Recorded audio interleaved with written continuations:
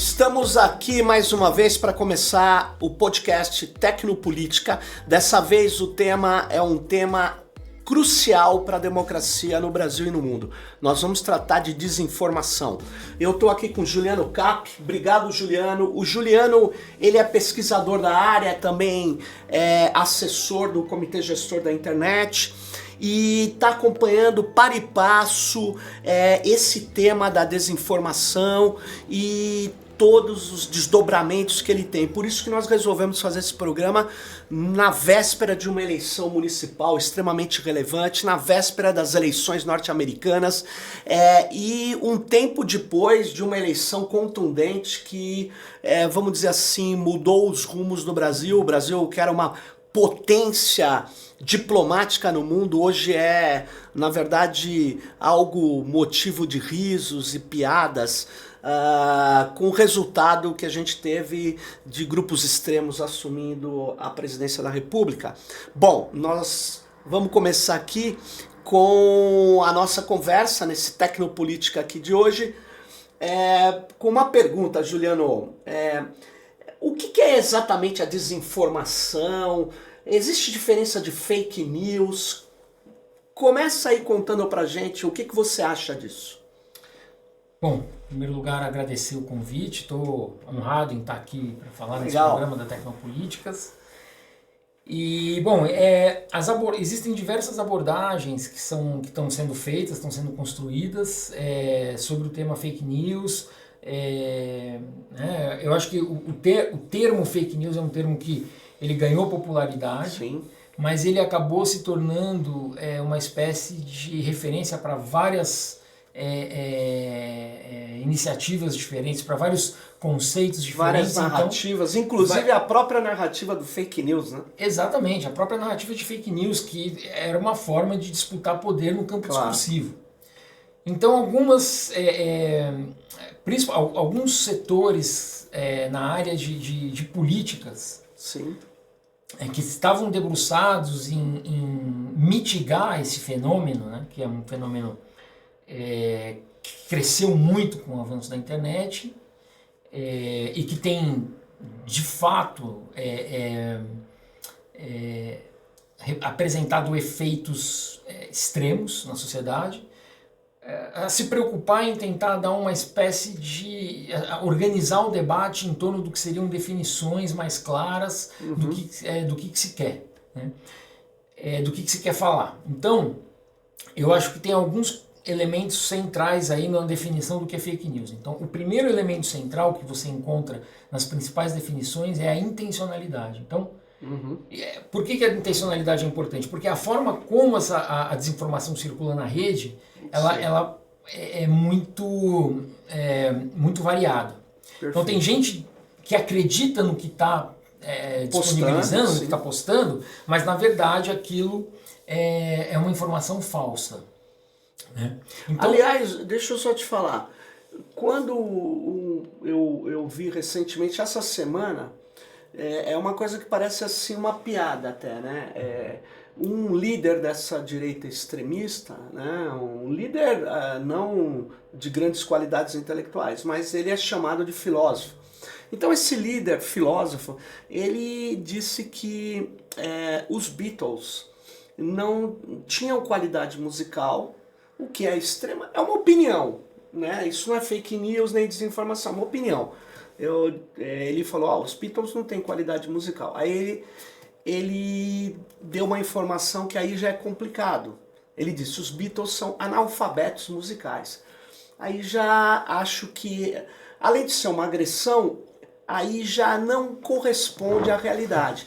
E, por fim, a coisa mais grotesca, que o Theodor Adorno, um dos principais filósofos da escola de Frankfurt, ele teria sido, na verdade, o compositor das músicas dos Beatles.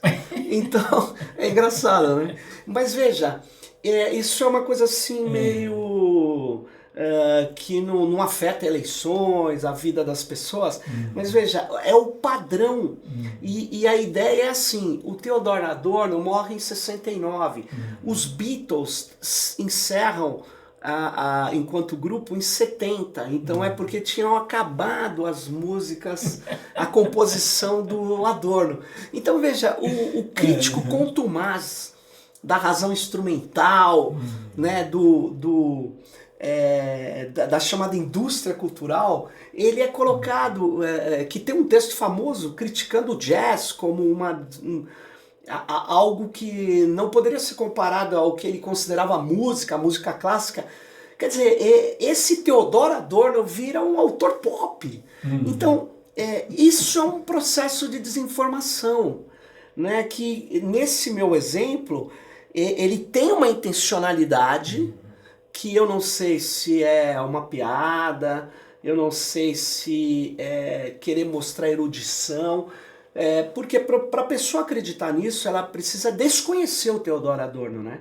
Então, além da intencionalidade, porque a pessoa que falou isso não está falando isso, vamos dizer assim, ingenuamente, mas tem que também ter o outro lado que não sente vergonha de reproduzir isso, né? De fato, eu acho que tem um elemento aí importante no que você está dizendo, que é a busca por relevância. Interessante. Eu acho que um dos conceitos que o L. Pariser articula no livro Filtro Bolha é a guerra por relevância. Ele fala em guerra por relevância. Olha então, só. Nesse campo aí das plataformas tecnológicas, né, da economia de dados, a relevância ela pode significar sobrevivência ou desaparecimento de uma aplicação, como é o caso do Orkut aqui no Brasil, que teve uma importância central, né? Ela foi a principal rede social durante alguns anos e de repente ele deixou de existir. Por isso, esse elemento da busca por relevância, ele traz uma análise importante. Quando para você divulgar uma notícia falsa ou para você divulgar uma posição que você quer que ela se dissemine na rede, o elemento do extremismo, ele é um elemento central, ele oferece um canal excelente para que isso ganhe, né, proporções, para que isso ganhe relevância e seja de fato disseminado. No caso do que você está me contando, a gente tem o uso de um elemento inédito, um ineditismo, que é algo que beira o absurdo, né? Você dizer que um dos grandes filósofos da história do pensamento, que foi inclusive reitor da Universidade de Frankfurt, o Adorno dirigiu a Universidade de Frankfurt durante anos, né? E veja quanta coisa se construiu na Universidade de Frankfurt. Dizer que ele produziu as canções dos Beatles é algo que beira o absurdo. E é muito curioso porque o Adorno ele fez muito crítica de música. Não, é isso. Enquanto filósofo. Sim. Então veja que tem uma associação de elementos aí, né, que buscam algo que é absurdo. Então, eu acho que essa busca do extremismo é uma coisa importante para a gente entender como é que esse fenômeno... Mas, Juliano, quando é que você estava começando a falar dos itens, você estava falando da intencionalidade. Eu te interrompi e falei disso porque veio na minha cabeça que eu achei esse exemplo é um exemplo muito interessante. Mas eu acrescentei a questão do desconhecimento do Adorno, né? Que você... traz mais informações sobre eles, para quem nunca leu Adorno. Ele tem um texto sobre iluminismo muito importante, né, que praticamente é ensinado em todas as escolas de filosofia, de comunicação, de sociologia. Mas é interessante uma coisa, ele tinha uma briga, ele foi acusado de elitista, ele não fazia concessão ao que ele chamava de... o termo me foge agora, mas é como se fosse um desvirtuamento da música. Ele tinha uma concepção que a música era fruição, simplesmente. O Walter Benjamin tem um embate com ele sobre ele. Então veja, para ele ser debaixo do pano o compositor de músicas dos Beatles não ter nenhum sentido com o que ele escreveu. E tem um outro elemento aí, que também é um elemento que beira, que toca quase num absurdo, que é dizer que os Beatles não tinham conhecimento musical. Nossa. Eu acho que eles começaram, os Beatles começam com uma banda de meninos, eu entendo que eles tocavam ali acordes básicos, etc., mas a banda evoluiu musicalmente. Não, e as letras do John Lennon, gente? Exato. Do Paul McCartney. A influência que os Beatles tiveram na história da música é enorme, né? E vai continuar sendo durante anos. Então, veja que ele está usando elementos do absurdo, que aí é um tema que eu acho que tem um desdobramento interessante para a gente discutir. Bom, então a gente estava falando das fake news, então eu acho que um elemento central das fake news é a intencionalidade. Perfeito. O outro elemento central, né, desses conceitos, por exemplo, o conceito de desinformação, como tratado pelo relatório da Comissão Europeia, é a produção de notícias que carregam fatos verídicos, que se utilizam de fatos que estão baseados em fatos reais, para produzir uma realidade que não condiz com... uma interpretação, ou ligações que não poderiam ser feitas. Ou seja, a forma como ela é produzida tem uma intenção naquilo, né? No caso me parece que esse caso do astrólogo... Sim, do filósofo. Do filósofo, astrólogo... Autoproclamado filósofo, é ganhar relevância. Então ele percebeu que uma forma central de se manter no debate é falar coisas absurdas, porque todas as pessoas que conhecem minimamente, né, os fatos do que ele está falando, elas vão passar a criticar ferozmente a declaração dele, e uma série de pessoas que achou aquilo interessante, que desconhece, falam, olha só, então quer dizer que os Beatles tinham por trás um compositor comunista. Comunista. Os Beatles são comunistas. E vão passar a divulgar. Olha, você sabia que eu ouvi que os Beatles... Enfim, então ele utiliza dois mecanismos que eu acho que são importantes na forma como as fake news são distribuídas. E é curioso uma coisa. Eu vou pegar agora um exemplo que teve importância política, né? Mais contundente. Uma coisa muito comum nessas hostes de desinformação, no YouTube, por exemplo, alguns desses youtubers da extrema-direita, eles pegam um livro, mostram a capa do livro, e aí um livro assim de 300 páginas, aí ele diz assim, este livro defende a relação sexual entre pais e filhos. Isso é um absurdo, e começa a atacar. Aí as pessoas saem reproduzindo. Aí quando você vai ver, isso aconteceu com o Fernando Haddad. O livro dele sobre socialismo não tem uma linha sobre relações sexuais entre pais e filhos. Mas aquele que intencionalmente produziu essa inverdade, aí no caso uma mentira descabida, ele sabe que aqueles que vão reproduzir nunca irão encontrar esse livro ou mesmo ler esse livro. E, portanto, é uma estratégia política. Por isso que é tão difícil combater a chamada desinformação com guias de boas condutas, né? Não sei o que você acha disso, porque não se trata só de ter não é um ingênuo que está falando, olha, eu achei que esse livro fala disso. Ele achou por quê? Ele leu o livro? Não leu.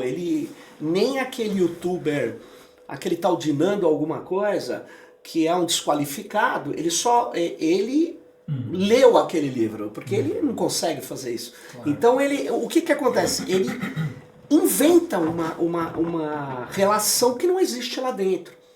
Então isso é típico também. Quando ninguém tem condição de checar, ou aqueles que o seguem.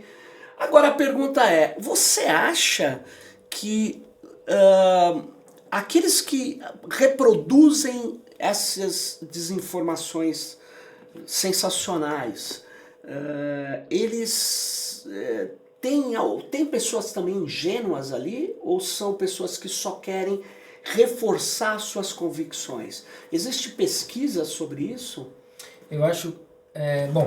só um comentário, esse caso muito interessante do Haddad, eu acho que ele também tem um elemento que é extremo, que é o elemento da sexualidade. Sim. Então veja que correto. Ele está tratando de um tema que é um tabu, que é enfim, a questão da sexualidade é uma questão central. E está tratando dentro da sexualidade do tabu do incesto. Então aí a gente tem os dois elementos centrais que eu comentei aqui, a intencionalidade de se produzir, o uso de coisas que são reais para dar uma aparência verídica, né? Claro, o livro, né? E o uso de algo que tem força, que é extremo, que é a questão da sexualidade. Mas bom, você falou aí de uma outra coisa importante, né, que é sobre... se as pessoas acreditam como é que circula. Bom, eu acho que, de fato, a gente tem uma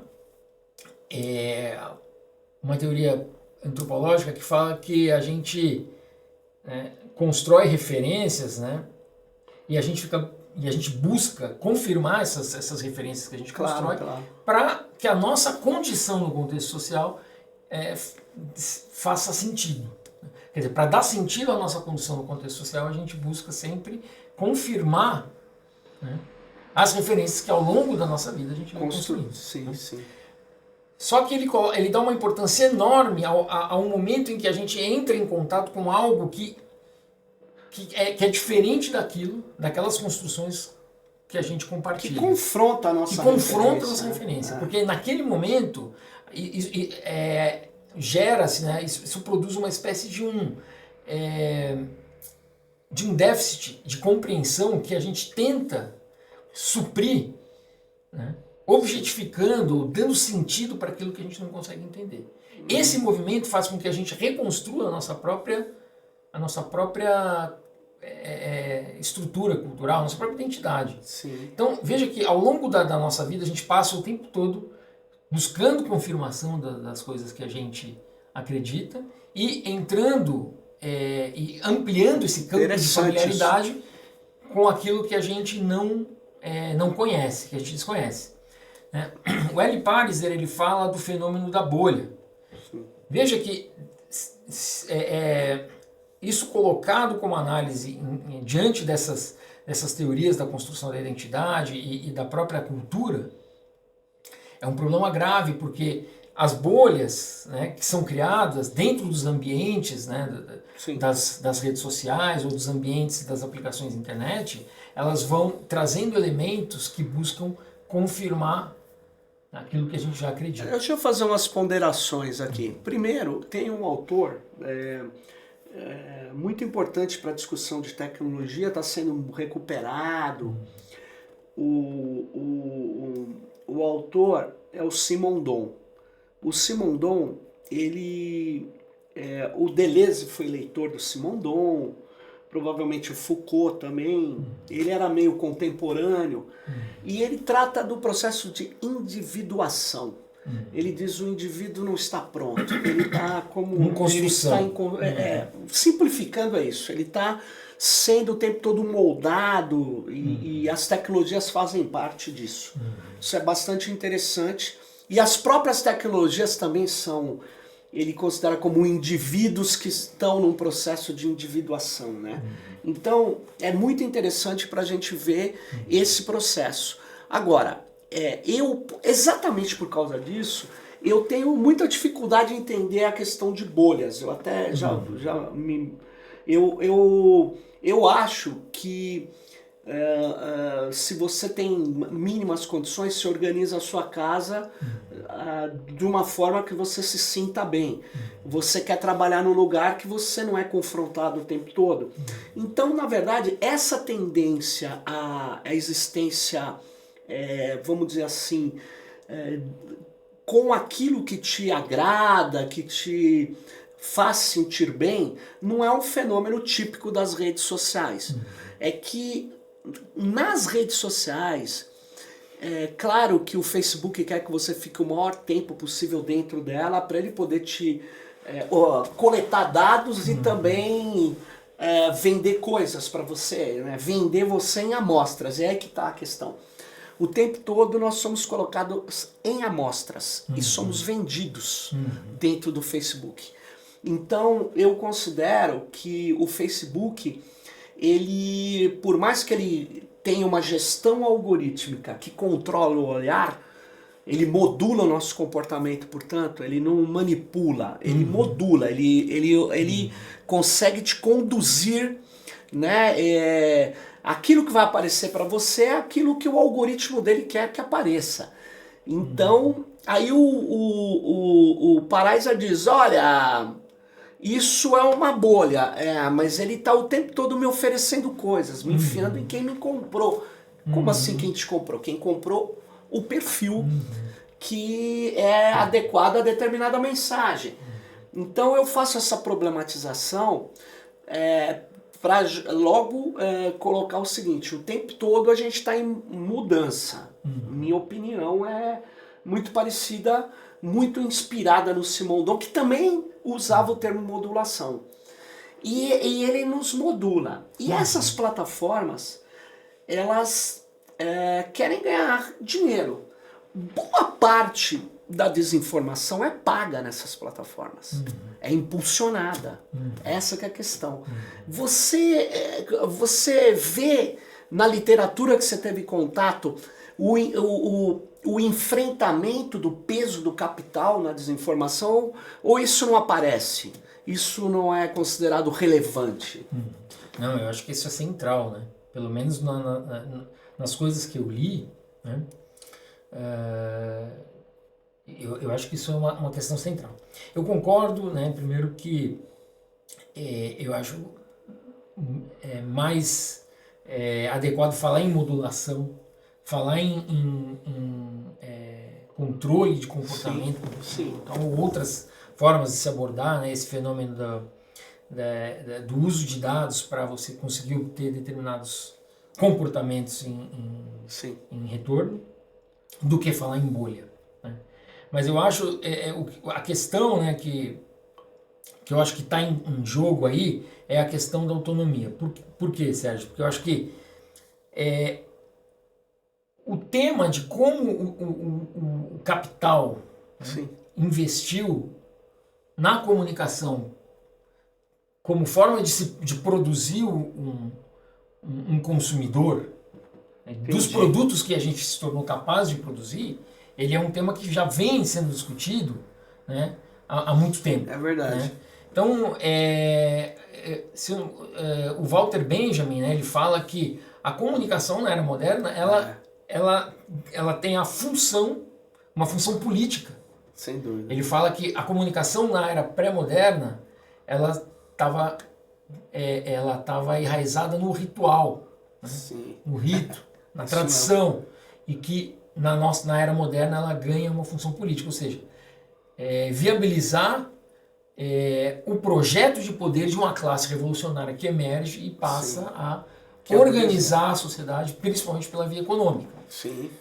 O ponto é que na internet a capacidade de se fazer esse tipo de manipulação, de modulação, cresceu exponencialmente, porque e aí eu já vou entrar na questão do autonomia, porque a quantidade de coleta de dados que é feita, né, e a capacidade computacional que se desenvolveu deram uma outra escala mesmo. Escala, eu acho que é muito interessante que a gente tenha pesquisadores como assim, o trabalho que vocês estão fazendo na UFABC, ou o trabalho que a Shoshana Zuboff está fazendo, de tentar entender esse processo sob um novo prisma. Porque a escala deu uma nova condição para o uso da comunicação como uma estratégia de poder. Né? E eu acho que essa condição ela está em um patamar tal que a própria ideia da autonomia, ou seja, da ideia da autodeterminação, a gente ser ator na construção da nossa própria história, da nossa própria vida, da nossa identidade, eu acho que ela está em questão. Por causa da escala que a coleta de dados de você continuar essa parte, quando você estava falando agora, você fala da continuidade desses processos, você tem um autor, lá em 1968 foi publicado o texto do Guy Debord chamado A Sociedade do Espetáculo. E as pessoas depois abanam, não tem nada a ver. E tem, porque a internet, ela não eliminou essa mercantilização extrema da vida e esse processo de transformar tudo num espetáculo, para poder desaguar essa enorme quantidade de mercadorias, serviços. Isso que o capitalismo, essas relações capitalistas de produção, elas precisam vender água, mas não uma água, tem que vender a água, aquele espetáculo. Então por isso que o jornalismo é espetacular, tudo é espetacular. Então repare que na internet a sua vida numa rede social é espetacular. Então você põe lá tudo aquilo que você tenta lapidar aquilo, muitas vezes exagerar. Como faz um marqueteiro com um candidato, as pessoas colocam só aquilo que elas querem divulgar como algo que é um espetáculo, a vida do espetáculo, né? E essa ideia dessa espetacularização, ela é muito auxiliar também ao processo de transformar coisas que não são factuais em verdades, né? Ou na desinformação. A espetacularização contribui. É óbvio que ela não tem uma relação direta, mas quando você tem um grupo interessado em utilizar a desinformação como estratégia política, ele tem um cenário de espetacularização que permite que tudo seja espetacular, inclusive aquela notícia. Vou te dar um exemplo, aí eu te passo. Contra a reforma da Previdência, lá atrás, ainda no governo Temer, percebi que recebi uma informação que o grupo Mafre, de Previdência Privada e outras coisas, era da Rede Globo. Eu falei, bom, então tá claro que a Globo não só tem interesse ideológico neoliberal, mas também está apoiando porque tem interesse econômico concreto. E aí uma pessoa fazia todo sentido naquilo que você estava falando, nas minhas referências, né? Então vamos divulgar. Aquilo era caiu como uma luva, né? Então vamos tocar para frente. E aí repare, um amigo meu falou assim, isso é mentira. Pô, isso é mentira, não tem nada a ver. E aí eu peguei, corrigi, tirei e falei, acabei de me enganar porque não tem nada a ver. Agora, veja bem, por que eu fiz isso? Porque eu não tenho nenhum interesse de ser vinculado à desinformação, à mentira, a distribuir falcatruas. Então, veja, mas esses grupos não têm nenhum filtro em relação a isso. Quando você prova que aquilo que ele está distribuindo está errado, ele não para, ele sustenta com mais erros, com mais desinformação. Então isso é uma estratégia política de um grupo extremo, de extrema direita, que eu falei isso uma vez pro Sakamoto, ele falou, não, todo mundo faz fake news. Eu falei, não, senhor. Não é. Uma coisa é eu fazer uma replicação de algo que eu achei, exatamente porque fortalecia muito minha convicção. E por isso que eu digo, quando algo for muito espetacular, respire fundo e não replique. Primeiro observe, cheque, aí tudo bem. Se você confirmou, replique. Porque é exatamente essa ideia de confirmar aquilo que você acredita. Mas uma vez não confirmado, eu sou obrigado a recuar, porque não é a realidade. E esses grupos não têm nenhum interesse em trabalhar isso. Então, como é que você constrói uma sociedade onde as pessoas não têm mais vínculos com a realidade, com os fatos? Nossa, tem muita coisa interessante aí. Eu acho que, só pegando uma observação que você fez há pouco, né, eu acho muito legal, muito importante. Eu acho que essa analogia do espetáculo, ela atua em duas frentes que eu acho que são muito atuais. Primeiro, o Mohan ele fala que a estratégia da comunicação, que as trocas simbólicas, elas acontecem por meio da estética. Perfeito. Então, o espetáculo é a estetização. Sim.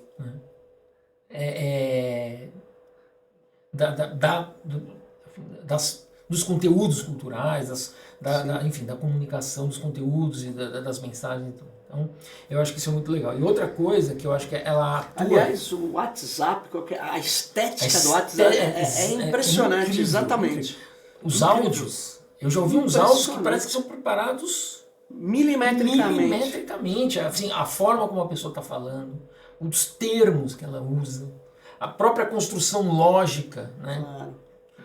Faz referência a aspectos da cultura brasileira. Então, assim, veja como a minúcia de você ter recebido uma mensagem, né, falando da Rede Globo e da Mafra. Assim, isso é colocado quase que cirurgicamente. Sim. Exatamente pela condição que essas pessoas têm de ir trabalhando com as expectativas, com a forma como a gente compreende o mundo que nos cerca. Sem dúvida. E aí você termina dizendo que a gente não tem mais... Eu acho que é o seguinte, a gente não tem mais nenhum tipo de preocupação fática, né? Será que isso aconteceu de fato? Será que isso faz... Sim. Porque, na verdade, essa ideia da verdade é uma ideia... Enfim, a busca pela verdade é a história do pensamento humano, se a gente for pensar. Sim. O Foucault, ele fala, naquele livro Ordem do Discurso, uma coisa muito interessante sobre a verdade.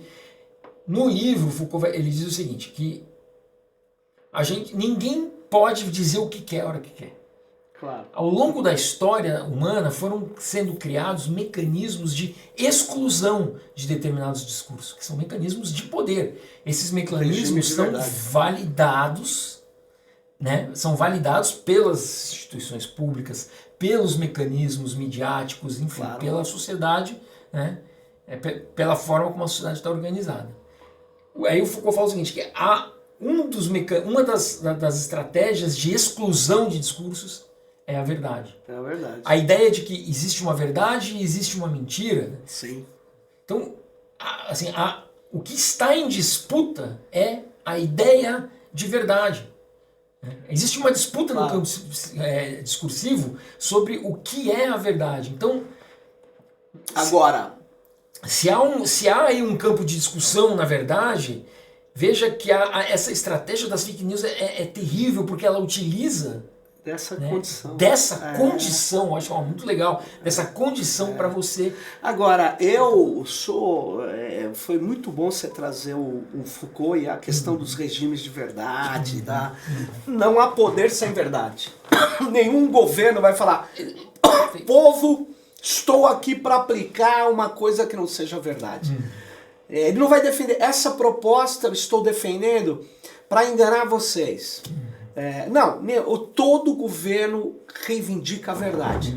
Mas repare uma coisa. Se entrar no debate sobre o ponto de vista, a disputa pelo poder, que é feita pela disputa pela verdade, eu acho que a gente precisava, nesse momento histórico, tornar mais complexa essa teoria que o Foucault nos presenteou, nos trouxe. Por quê? Porque uma coisa é disputar a verdade de por que estamos aqui, eu e você, o Túlio ali e tal. Uma coisa é essa. Outra coisa é você chegar e falar assim, vocês não estão aqui agora. Aí ficou difícil. Vocês estão no bar. Vocês não fizeram. Foi um deepfake que fez esse vídeo aqui. Aí, posso dizer, isso complicou. Porque isso não se trata de avaliar a verdade ou não. Assim, é o acontecimento, que é um outro termo que, se eu for discutir, ele é bastante complexo, mas o acontecimento, aí no sentido de fato, e não no sentido do fato positivista, que o fato diz por si. Não diz por si. Eu só estou dizendo que se o fato aconteceu ou não. O que essa extrema-direita está fazendo hoje é negar os fatos ou anular aquilo que ocorreu, que aconteceu ou deixou de acontecer. Eu chamo isso de suspensão de parâmetros de realidade. Porque veja, é Que óbvio, interessante. eu tento, porque do contrário, fica parecendo que é uma disputa assim, ó. Chega um neoliberal e diz, olha, com o fim do Estado complexo, diminuindo, Estado mínimo, e tudo entregue às empresas, a sociedade vai conseguir superar as mazelas, a pobreza. É um discurso, é uma projeção, é uma teoria. Mas não é fake news, não é desinformação. É uma proposição. E eu digo, não, você vai aumentar a pobreza, a concentração de renda, etc. Por quê? Porque o mercado em si gera desequilíbrios, desigualdades, está até no Adam Smith. Aí ele vai falar assim para mim, não concordo com você. Isso é um debate de verdades, de disputa de verdades. Não é disso que nós estamos falando. Quando eu digo, pego um livro e diz, esse livro fala tal coisa que não fala. Aí não é uma questão, entenda, do que a verdade que o Foucault coloca. Não é uma questão de construir o louco, porque é aquele cara que andava falando, de repente eu nomino ele de louco. Não. Não é a construção de verdade sobre condições, conceitos, não.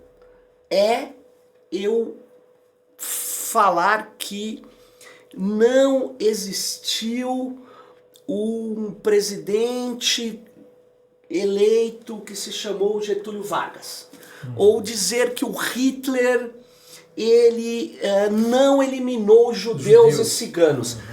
Aí não é o que não é o homem não, a Terra é plana. Isso ou não há o aquecimento global, porque é uma controvérsia científica. Aliás, se você olhar entre os climatólogos, que é quem estuda o clima, quem entende de clima, dos papers, 97 ponto tantos nem discutem isso, porque isso é um consenso. Não há controvérsia científica em quem é cientista dessa área. Há em quem não é. Em quem não há a controvérsia. Então não é uma controvérsia científica. A controvérsia científica é onde os cientistas divergem de um determinado conceito ou uma determinada resultado de uma pesquisa, etc. Eles entendem daquilo e usando métodos diversos ou chegam a conclusões de aplicação de determinados métodos e não conseguem um consenso. Aí é controvérsia científica. No caso do aquecimento global não tem controvérsia científica. Tem pessoas que não são climatólogos falando coisas que não conseguem sustentar. Então tem várias pesquisas que mostram isso. E aí eu te digo, essa questão é diferente do que o Foucault coloca, porque senão eu temo que a gente confunda, e aí você vai ver em breve essa extrema-direita sendo uma extrema-direita que ela já... os europeus belgas da extrema-direita, eles já clamam pela guerra cultural, eles dizem tiraram isso do Gramsci e tal, agora eles vão tirar isso, a verdade não existe, e vão tirar do Foucault. A verdade nesse sentido Foucaultiano é uma coisa em disputa, mas não é disso que nós estamos falando quando a gente debate aqui a desinformação. Nós estamos falando da negação da realidade. De fato, eu concordo. Eu acho que tem um caso, né, que assim, eles pegam, né, uma questão, sim, que existe, né, que são disputas legítimas por uma ideia de verdade, que são disputas também de poder, né? Claro. Mas eles levam isso a um nível sim, que não tem nada a ver com o que estava sendo discutido ali. Perto do que a gente estava falando, que é o absurdo. Claro. Né? Sabe, a Terra é plana. E essa comunidade está crescendo, é incrível isso. Mas pelo menos o nosso ministro da educação, não, o nosso ministro astronauta, ele é uma pessoa que está no governo e que não pode, que sabe que a Terra não é plana, porque ele viu a Terra, né, de longe, claro. Mas de fato está crescendo essa comunidade. Então esse fenômeno está se manifestando de tal forma que assim, eu nem sei em que campo que a gente poderia discutir isso, porque, de fato, talvez seja uma coisa totalmente nova, né? Mas eu ia mencionar, tem um caso que eu acho que é muito interessante, que é o seguinte: durante as eleições do Brexit, né, Sim. que, é uma eleição, né, que muitos pesquisadores se debruçam para falar sobre fake news, sobre notícias falsas, Claro. etc., né? Tem muitos trabalhos sobre isso.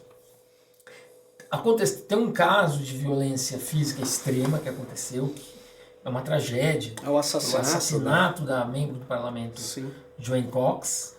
Ela estava nos condados onde ela foi eleita, fazendo a reunião, né, uma tradição da política inglesa. Eles periodicamente voltam, né, para o lugar onde eles foram eleitos para fazer discussão pública, né, com as pessoas. Então ela estava numa dessas discussões, ela estava saindo, um cara foi lá e esfaqueou ela e depois atirou. E assim, é um crime político, porque quando o cara foi a julgamento, o tal do Tommy Maher, ele no julgamento ele diz o seguinte: o juiz pergunta o nome dele como procedimento para dar início àquele ritual de julgamento, e ele diz o seguinte: meu nome é morte aos traidores, independência para o Reino Unido. Então veja que é um assassinato simbólico. Sim. E com motivações políticas, né?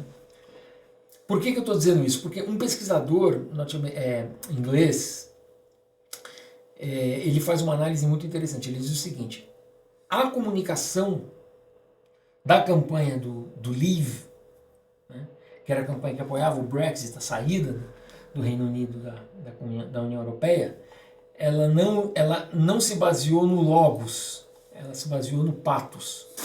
Porque a gente vai voltar um pouco para essa coisa do absurdo e essa coisa da extrema-direita, né? Não vou entrar agora nos conceitos aristotélicos de logos e pathos, claro, mas claro. O que ele está dizendo é que ela não está se baseando em questões que são do campo da lógica. Perfeito. Né? Ou seja, se você falar que a saída do Reino Unido vai gerar problemas econômicos, etc, etc, o que poderia ser disputado no campo de verdade, ele fala, ou não, culturais. Sim, mas não, claro. Na verdade o que ele está dizendo é que a base da comunicação política que foi utilizada na campanha do Leave, ela busca no campo emocional elementos para... E no campo de valores. De valores, sim, concordo.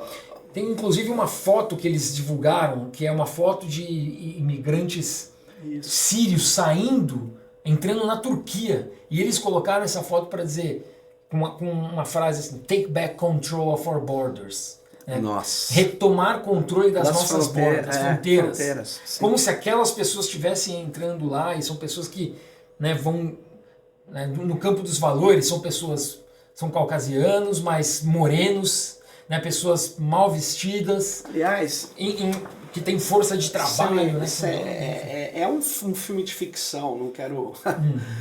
mas quem assistiu Bacurau tem uma coisa que é muito não é usado não sei se você assistiu esse filme. Não assisti. Você precisa assistir Bacurau, viu? Quem tá nos ouvindo aí, porque tem uma hora que dois caras do Sul, Maravilha, aqui do Sudeste, estão lá no Nordeste, e eles falam para os americanos assim: olha, mas nós somos brancos. Aí o americano fala: você é branco? Você não é branco. Porque antes você fala: você é igual, eu sou igual a você. Fala: não, você não é igual ao seu lábio, ao seu traço. Você é clarinho, mas você não é branco. Não é branco. Não é, porque eram caras tipo meio de supremacia branca, assim, né?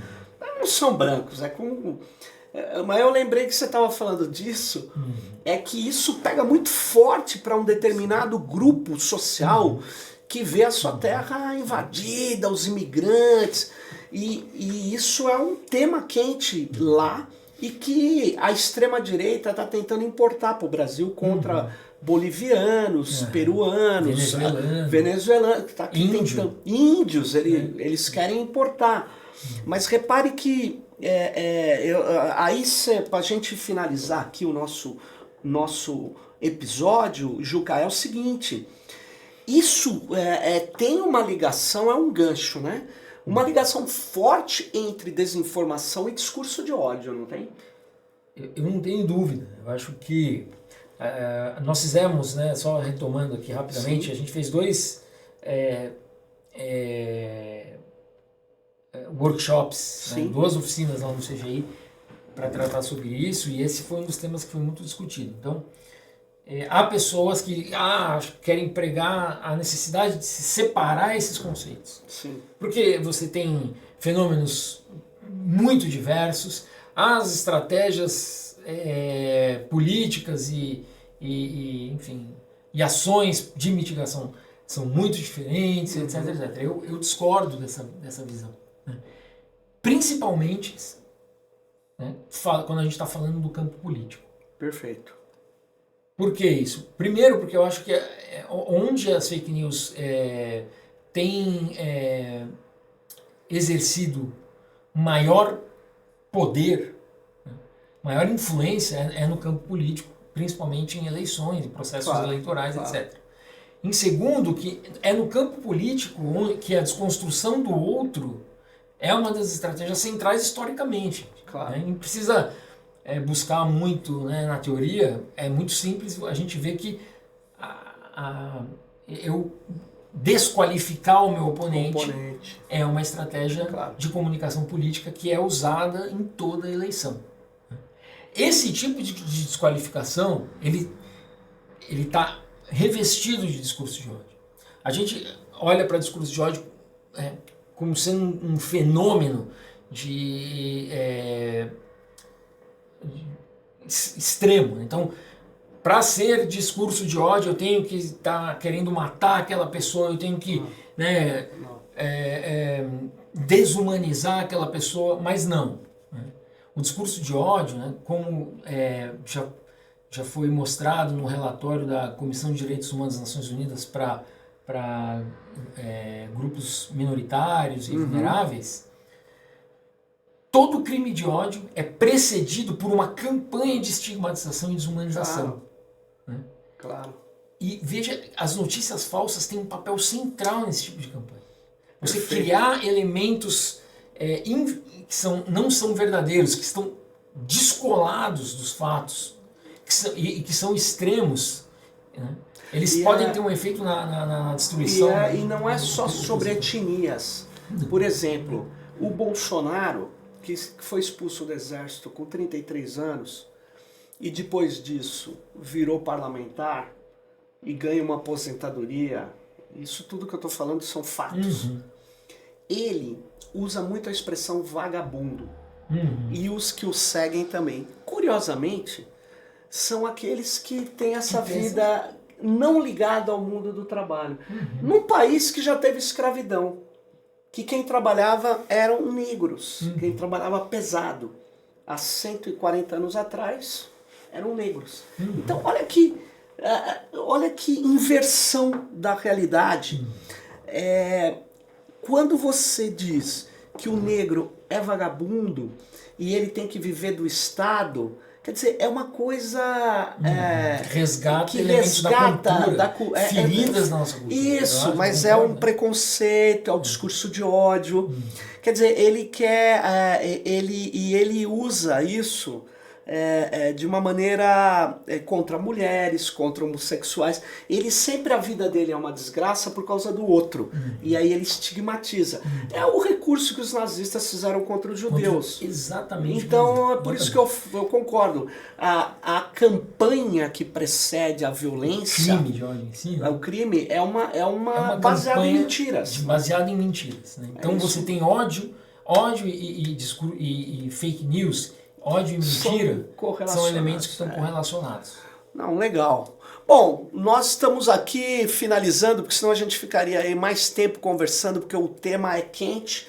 Vamos continuar, vamos ter que voltar, certamente vamos estar discutindo de novo aqui em Tecnopolítica a questão da desinformação, do discurso de ódio. Espero que você tenha gostado, fique com a gente. Obrigado, Juca. Valeu aí. E até a próxima no Tecnopolítica. Valeu. Obrigado.